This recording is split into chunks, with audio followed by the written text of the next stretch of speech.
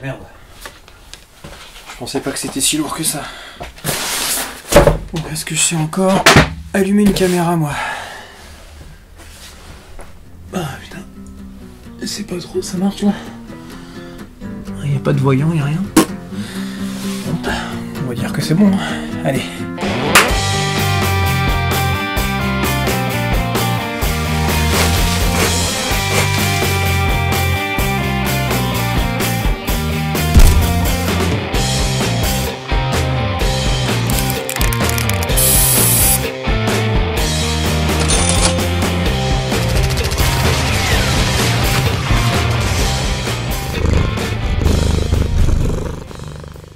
Et salut les gens! Bienvenue dans cette nouvelle vidéo. Ça fait...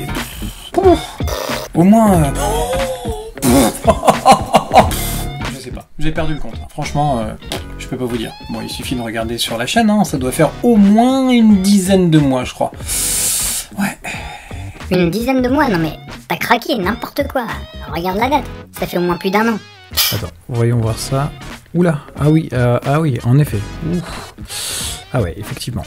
Eh ouais, j'avais raison. Bon bah voilà, du coup une petite vidéo pour vous donner des nouvelles. Non, je suis pas mort, le Covid ne m'a pas emporté, je me suis pas pris une bille en plein œil, ne vous inquiétez pas, tout va bien. Alors en fait, le concept de la vidéo, c'est un petit peu entre les deux, hein. Vous avez vu la miniature et vous avez lu le titre, évidemment ce sera un unboxing, parce que je pense que c'est la majeure partie des gens que ça va intéresser, mais je vais aussi vous donner 2-3 petites news au passage. Faut pas faire chier tout le monde, je vais mélanger un peu les deux en fait, je vais unboxer des news si je puis dire. Voilà un petit concept un peu hybride, donc j'espère que ça vous satisfera. Si vous voulez évidemment sauter le petit blabla d'intro, hein, vous pouvez directement aller dans le chapitrage de la vidéo pour voir les parties qui vous intéressent aussi dans l'unboxing, s'il y a des produits qui vous tapent particulièrement dans l'œil. Let's roll! Petite commande passée chez Airsoft Entrepôt parce qu'il y avait pas mal de trucs que je voulais depuis un petit moment et puis j'ai pas mal procrastiné avant de passer cette commande. Alors comme vous pouvez le voir, hein, j'ai triché un petit peu puisque j'ai ouvert quelques articles pour pouvoir jouer ces derniers temps avec avant de faire l'unboxing. Donc j'ai juste mis du duct tape par-dessus pour faire style. Mais voilà, du coup... la commande est là. Alors ouais, voilà, donc pas beaucoup de vidéos ces derniers temps, bah parce que tout simplement, je vais être honnête avec vous, on a la flemme. La grosse flemme, perte de motivation en flèche pour tout ce qui était de me coller à faire des vidéos sur la chaîne parce que très peu de temps et beaucoup d'épuisement. Aussi beaucoup moins de motivation de la part des gens en général, j'ai l'impression, période oblige je pense, le Covid, voilà, et puis une espèce de période un peu étrange dans laquelle on se situe tous, hein. Bon voilà, ça veut pas dire que j'aurais pas pu faire des vidéos pendant ce temps-là, j'avais plein de projets sur mes chaînes de montage, sur mes logiciels de montage, etc. mais... flemme. Peu importe, on va ouvrir cette boîte, c'est ça qui nous intéresse. Commande Airsoft Entrepôt d'environ 220 €, frais de port inclus, avec des éléments qui sont pour moi, mais d'autres qui ne sont aussi pas que pour moi. Je vais utiliser aussi la petite caméra latérale pour vous montrer les articles de près. Donc, je ne les présente plus, les bombes ATM d'Airsoft Entrepôt que j'ai utilisées pour plusieurs paint jobs. Si vous êtes des habitués de la chaîne et que vous avez suivi un peu les derniers paint jobs que j'ai entrepris, voilà, avec différentes techniques de paint job, projection, vieillissement à l'acétone, etc. Donc là j'ai acheté 4 bombes de peinture, mais ce n'est pas pour moi, non, c'est pour mon pote Clink. Parce que je dois lui faire, figurez-vous, une peinture sur sa dernière réplique achetée, une AEG d'AK, et il voudra un truc un peu stylé, et en même temps ça me donnera l'occasion de tester une nouvelle technique de peinture à l'éponge. L'idée nous est venue d'un commun accord, puisqu'il a été ainsi inspiré par la peinture qu'avait fait notre pote de la Phoenix, Guiche, sur son SIG, et du coup il m'a dit mais ouais j'aimerais bien cette peinture, etc. Est-ce que tu pourrais me la faire? C'est l'occasion d'une vidéo de paint job, j'ai envie de dire, donc évidemment j'ai dit oui.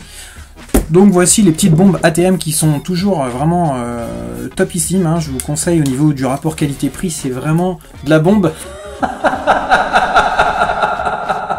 Puisque le prix est vraiment le meilleur, je pense, du marché en termes de peinture. Enfin, j'ai pas fait des grosses études de marché, mais pour un peu moins de 5 € la bombe, on a largement de quoi faire plusieurs répliques et elles ont un bon pouvoir couvrant, elles sont bien matifiantes et elles ont un bel aspect sur le rendu. Enfin, c'est avec ça que j'ai fait notamment, hop, en partie les petits effets de mon dernier paint job pour ceux qui ne l'ont pas vu, mais courez le voir, il est vraiment trop stylé. Ça, faut que je me remette à muscu.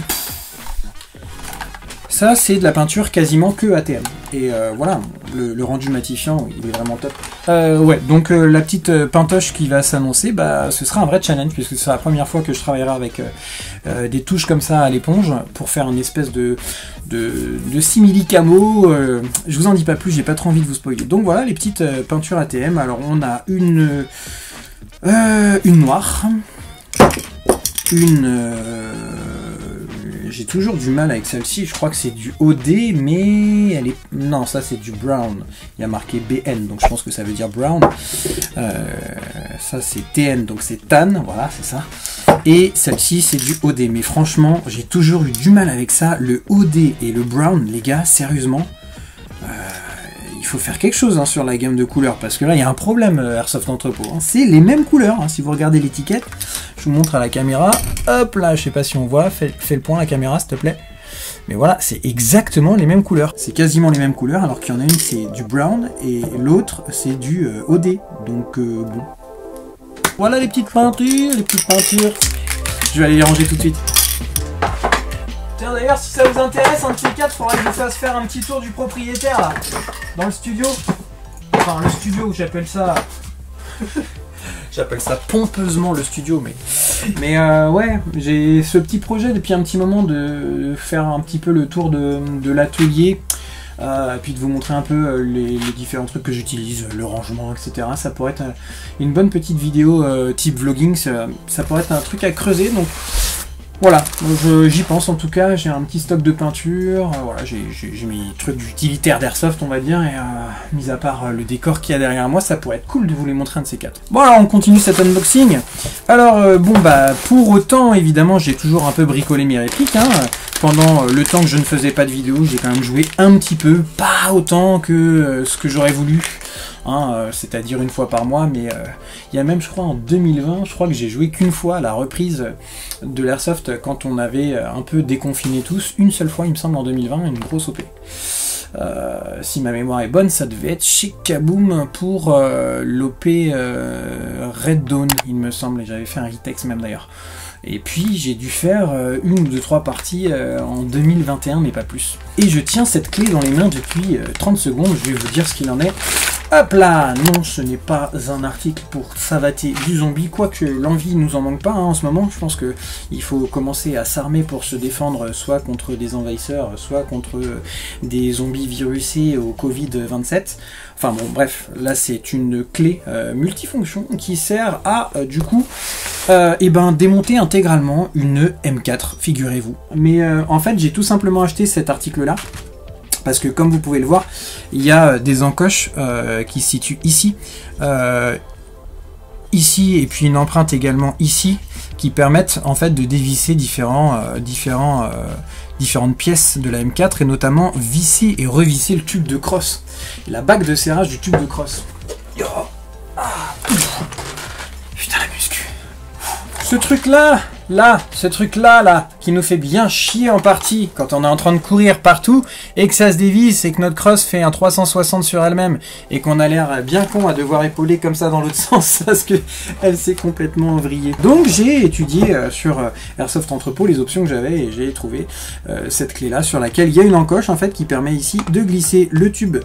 Enfin, la clé sur les empreintes du tube de crosse et de serrer. Alors faut y aller, c'est pas simple, surtout que l'article est super lourd, mais il faut y aller avec beaucoup de précision et ça sert correctement et ça fait bien le taf. Et du coup c'est compatible avec n'importe quel tube de crosse type M4 de ce style là avec une bague de serrage. Franchement, si vous galérez avec ce système, je vous le conseille, ça réglera le problème une bonne fois pour toutes. Tiens, bah d'ailleurs en parlant de Vector Optics,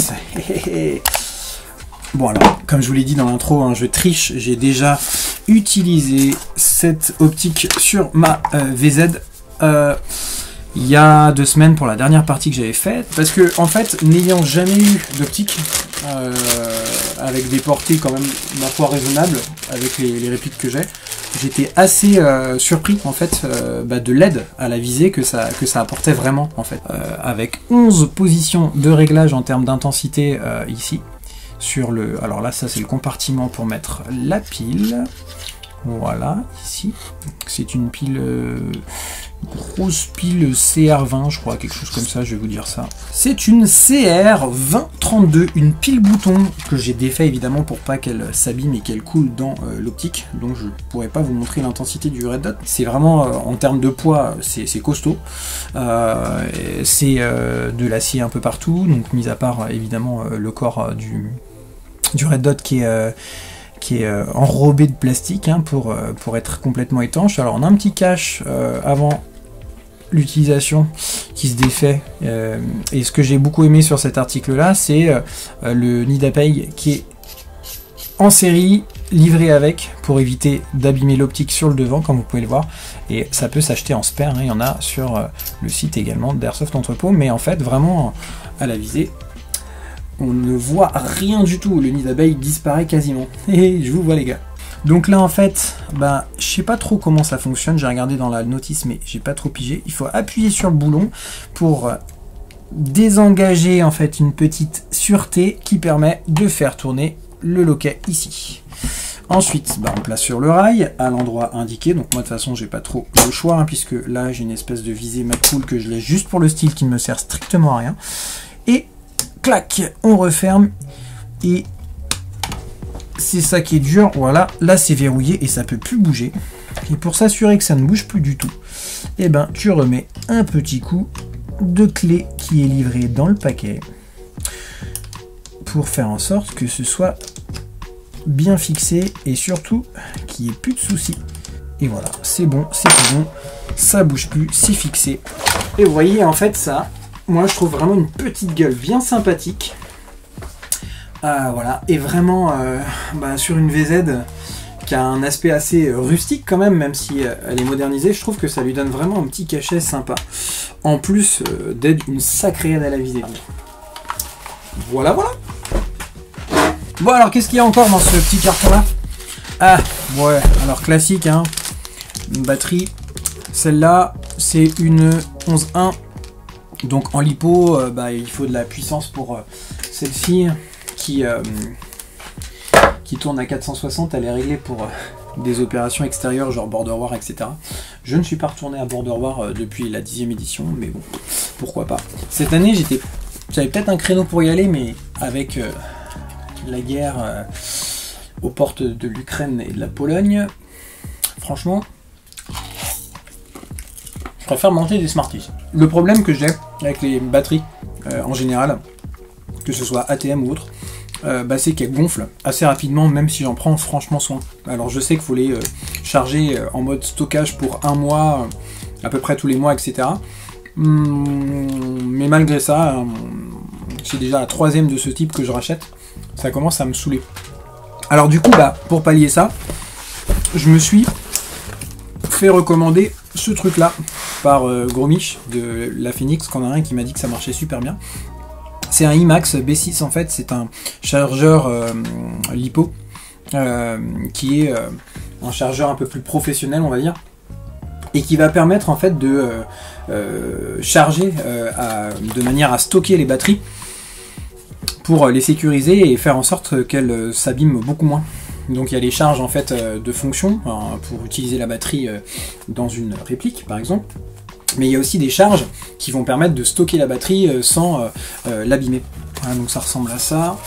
Hop. Donc c'est tout métal, etc. avec des petits pieds, des boutons, un port ici, des hubs pour les emplacements de batterie. Donc voilà, c'est assez... déjà, on sent que c'est pas le chargeur IMAX que j'ai de base là, qui fait un bruit comme ça quand tu te mets à charger une batterie, qui me fait un peu flipper maintenant. C'est aussi pour ça que j'en ai racheté un autre. Ah oui, d'accord. Alors ça, figurez-vous que c'est la bonne blague du colis. C'est tout simplement l'adaptateur secteur qu'il faut commander en séparé avec ce truc là. Paye ton adaptateur quand même. Ah oui, puis voilà, le dernier élément de l'adaptateur hein, qui va avec, donc ça va, les deux sont ensemble, hein. Quand tu achètes le lot, il y a ça et la prise secteur, hein, ça c'est l'adaptateur, et ça c'est la prise secteur qui se branche dessus, pour faire fonctionner ton adaptateur. Des câblages qui vont avec, tout type de câblage, voilà. Il y a du DIN, il y a du Tamiya, et puis il y a les petites pinces croco pour charger, mais surtout on a un sacré bon sang de bonsoir de manuel qu'il va falloir que j'épluche pour pas faire de conneries avec mes charges évidemment. Le but c'est d'entretenir mes batteries, pas de les flinguer. Donc voilà, je pense qu'il y a peut-être des viewers parmi vous qui connaissent ce chargeur. Bah n'hésitez pas à mettre un petit commentaire aussi pour me dire ce que vous en pensez de ce chargeur et si vous l'avez déjà utilisé et s'il fonctionne bien. A priori moi j'ai que des échos positifs. Je vais m'y coller de ce pas pour essayer de charger ma flopée de batterie afin de savoir de faire au mieux quoi pour que ces batteries ne s'usent pas dans la durée, parce que c'est un peu ça le principe. Surtout que quand on joue qu'une fois par mois et que tu charges les batteries la veille, forcément tu te retrouves avec des batteries gonflées qui rentrent pas dans les MPEG ou dans les tubes de cross, ça fait vraiment chier. Ça gonfle d'ailleurs. Eh mais il nous reste des trucs dans ce carton. Alors, oh là, attention, j'ai bien fait de la retrouver. La petite goupille de la grenade E-Raze, ça fait un petit moment que je la guette celle-là. Tout le monde m'a dit beaucoup de bien, alors j'avais vu quelques reviews sur internet, celle de Ding Chavez aussi, spéciale dédicace à toi si tu m'entends d'ailleurs Ding. Et puis j'avais trouvé que c'était vraiment un petit article sympa, mignon, c'est mignon quand même, regardez, c'est mignon. Alors j'ai pris la orange parce que moi j'aime bien l'orange. J'avais déjà une petite Tornado à peu près de cette couleur-là. Si c'est très vieux, hein. Moi j'aime bien les vieilles choses, hein, comme vous pouvez le voir. Et elle fonctionne toujours. Il faut l'entretenir, c'est un peu relou. C'est ce qui m'a fait du coup choisir cette E-Raze parce que du coup ça fonctionne vraiment très bien sans entretien. Je suis pressé de la tester du coup pendant la prochaine partie et surtout ce qui est cool c'est son format hein, puisque elle est vraiment pocket celle-là. Elle rentre nickel dans cette petite popoche là que j'avais prévu peut-être pour une grue. Donc ça c'est parfait. Mais oui regardez-moi ça. Oh là là, incroyable. Voilà, petite poche à grue, impeccable. Donc elle va prendre un petit bain de silicone avant la première utilisation, et puis voilà, c'est parti. Donc je vous ferai une petite review. Du coup, je crois qu'on a fait à peu près le tour de ce qu'il y avait dans ce petit carton. Donc voilà, on a plus déballé qu'on a parlé de la chaîne, mais voilà, comme vous avez vu, j'ai toujours des projets en cours, j'ai plein de trucs, j'ai plein d'idées évidemment, mais ce qui me manque c'est le temps. Hein. J'ai un peu remis de côté l'idée de faire une vidéo par mois parce que c'est strictement intenable, même si j'étais vraiment super motivé, et ça remonte à... Je crois que c'était juste avant la pandémie, en 2019. J'ai décidé de plus me mettre la pression et puis de faire des vidéos comme ça, un peu comme j'ai envie, en fonction de la motivation, pour toujours proposer un contenu qui me correspond et puis qui me convient, un truc qui soit le plus... en adéquation avec des choses intéressantes et puis surtout une actualité par rapport à ma vie airsoftienne, voilà, mais pas me forcer à faire des trucs en me disant vite faut que je sorte une vidéo, je dois faire une vidéo par mois, allez qu'est-ce que je peux faire comme sujet, bon. Vous pouvez toujours laisser un petit pouce bleu si cette vidéo vous a plu, un petit pouce vers le bas si ça vous a pas plu, on est encore en démocratie que je sache. Et du coup surtout n'oubliez pas d'activer les cloches si vous êtes abonné parce que ça vous permettra de suivre l'actu de la chaîne puisqu'elle est rare cette actu de la chaîne. Prochaine fois qu'on se reverra, je ne sais pas trop encore pourquoi ce sera, je suis en train de préparer 2-3 petits projets là, j'espère à venir rapidement, mais je ne promets plus rien hein, puisque j'ai dit que je ne prenais plus d'engagement pour essayer de me décharger mentalement de tout ça, mais en tout cas j'ai vu avec un petit sondage que j'ai organisé qu'il y avait une volonté peut-être plutôt de regarder des parties filmées et puis aussi un bricolage. Alors c'est dans les projets, on verra quand c'est ce que ça tombe, mais en tout cas j'ai priorisé en fonction des sujets que je vais présenter sur la chaîne. Donc voilà, je vous dis à très bientôt pour une prochaine vidéo, je ne sais pas quand, mais je vous dis à très bientôt quand même. Voilà, allez, ciao.